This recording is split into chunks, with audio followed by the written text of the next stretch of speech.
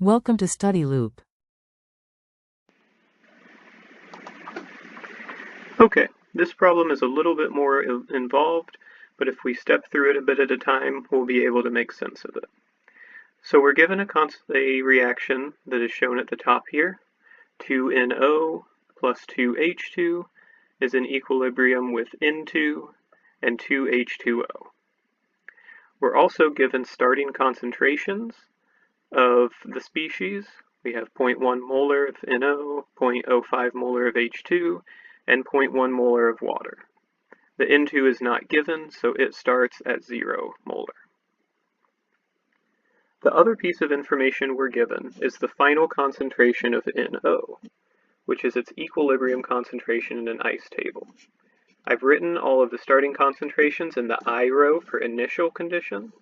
We'll calculate the change here in a second, and the one thing we know is that at equilibrium we have 0.062 molar of NO. When this reaction goes, we can see that we don't have any N2 to start, and so the reaction must deplete some of the starting material, that is NO and H2, and form N2 and H2O. So when we allow the reaction to happen, we're going to lose 2 equivalents of NO, because its coefficient is 2. We're going to lose 2 equivalents of H2, also has a 2. We're going to gain a single equivalent of N2, and we're going to gain 2 equivalents of H2O. Once again, because the stoichiometric coefficient is 2. So now we can solve for what 2x is, because we know if we look at NO over here, that 0.1 molar minus 2x equals 0.062 molar. Using that information, we can calculate two things. You can simply solve for x and find that it equals 0.019 molar.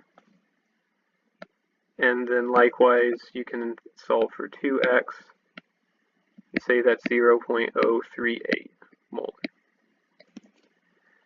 We can now plug these numbers in up above. So looking at H2, that's 0.05 molar, minus 2x, which is 0.038 molar, and we end up with a final concentration of 0.012 molar for H2.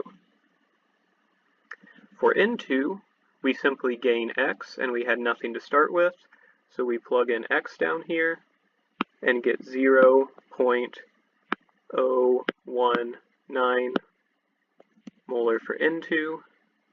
Finally, H2O is 0.1 molar plus 2x, which is 0.038 molar, so we get 0.138 molar of that one. So for part A, here are your final concentrations of these species. For part B, we have to calculate Kc.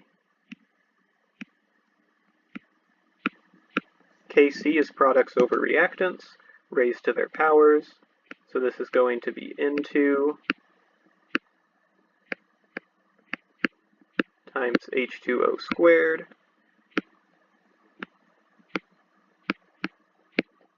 over NO squared times H2 squared. We plug in our equilibrium values from above because this is an equilibrium constant, and so we get 0.019 molar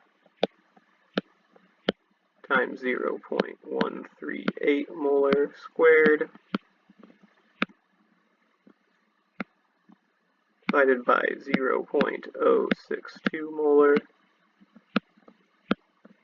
squared